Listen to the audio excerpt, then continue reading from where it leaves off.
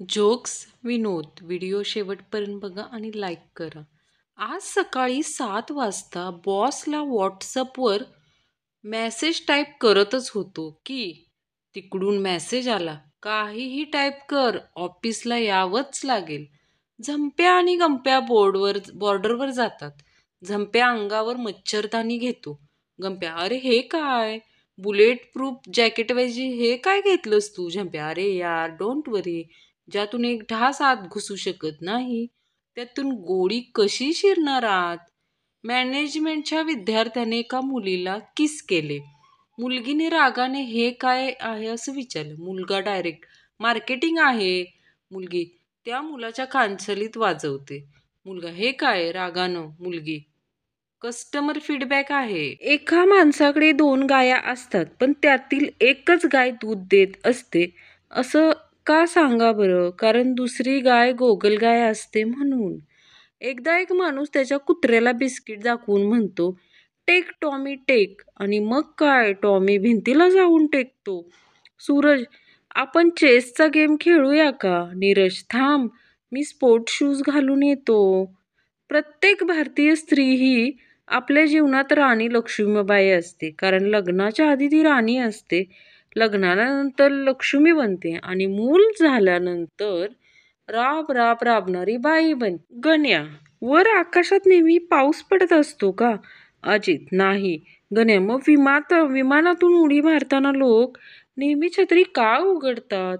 शिक्षक, रोम शहराची निर्मिती कधी झाली? गंपू, रात्री. शिक्षक हैराण होऊन, काय बोलतोयस तू, कशावरून? गंपू, सर तुम्हीच नेहमी म्हणता रोम एका दिवसात नाही बांधून झालं. एका निर्जन ठिकाणी एक मुलगी आणि एक मुलगा आणि मुलगी वेपर्स खात बसली होती. मुलगी, विनू, आता या क्षणी तुला काय वाटतंय रे? मुलगा, मला असं वाटतंय की तू माझ्यापेक्षा जास्त वेपर खाल्लीत. नासा तर्फे गंपू झंपू पंपूला चंद्रावर पाठवतात. रॉकेट उडतं पण अर्ध्यावरून परत येतं. अंतराळ केंद्राचे प्रमुख त्यांना कारण विचारतात. गंपू म्हणतो, आज अमावस्या आहे, चंद्र नसणार आज. बायको आणि सूर्य यात साम्य काय? करा विचार. नाही जमत. अहो सोप्पाय, दोघांकडेही डोळे वर करून बघता येत नाही. 40शीच्या ठमाकाकू सुजलेल्या दाढेसह डेंटिस्टच्या क्लिनिकमध्ये जाऊन बसल्या. डॉक्टरांचे नाव पाहून चपापल्या. डॉक्टर नंदकिशोर गोरे. अरे हा तर आपला वर्गात होता शाळेत. सगळ्या मुली मरायच्या त्याच्यावर. ठमाकाकू, तुम्ही आदर्श विद्यालयात होतात का? 70ची बॅच. डॉक्टर, हो. तुम्ही कसं ओळखलो हो? ठमाकाकू लाजत, मी पण त्याच शाळेत होते. रमा धावत धावत ढमाकडे येते आणि म्हणते, अगं बाहेर 3घी जणी तुझ्या सासूला मारहाण करतायत. ठमा बाहेर येताना बघत उभी राहते. तू नाही जात पुढे? रमा विचारते. ठमा उत्तर, कशाला, 3घी पुऱ्या आहेत की. साधू महाराज, माझी बायको खूप त्रास देते मला, काहीतरी उपाय सांगा. माझ्याकडे उपाय असता तर मी कशाला संन्यास घेतला असता. एक सुंदर तरुणी डॉक्टरकडे उपचारासाठी गेली. डॉक्टर तपासण्यासाठी. तोंड उघडा पाहू. तरुणी, इश, माझं तर आज उपवास आहे. डॉक्टर, त्याचा इथं काय संबंध? तरुणी, अहो तुमचं डोस मी कसा घेणार?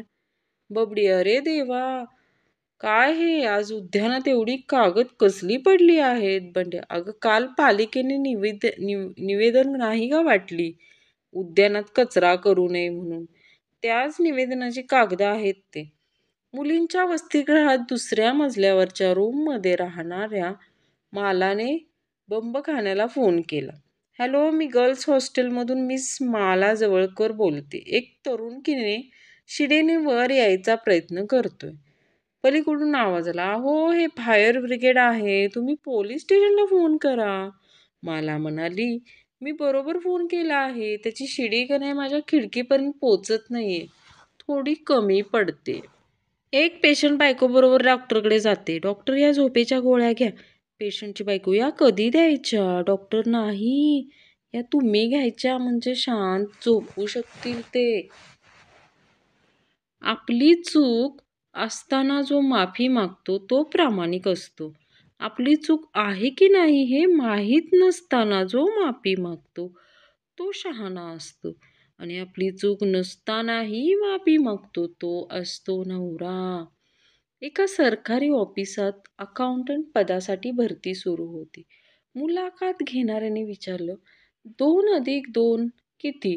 उमेदवारांना इकडे तिकडे पाहिले आणि विचारले, किती दाखवायचे आहेत? त्याची निवड झाली. विवाहित पुरुषांनी आपल्या चुका विसरून जाव्यात. एकच गोष्ट दोघांनी लक्षात ठेवायची गरज नसते. एक माणूस पोलिसांना फोन करून सांगतो की मी एका माणसावर चाकूने वार केलाय, लवकर या. पोलीस तातडीने तिथे पोहोचतात. त्यावर तो माणूस म्हणतो, खरं तर हल्ला माझ्यावर झालाय, तुम्ही लवकर यावं म्हणून मी सांगितलं. खोटी तक्रार करून पोलिसांची दिशाभूल केल्याबद्दल पोलीस त्याला आत टाकतात.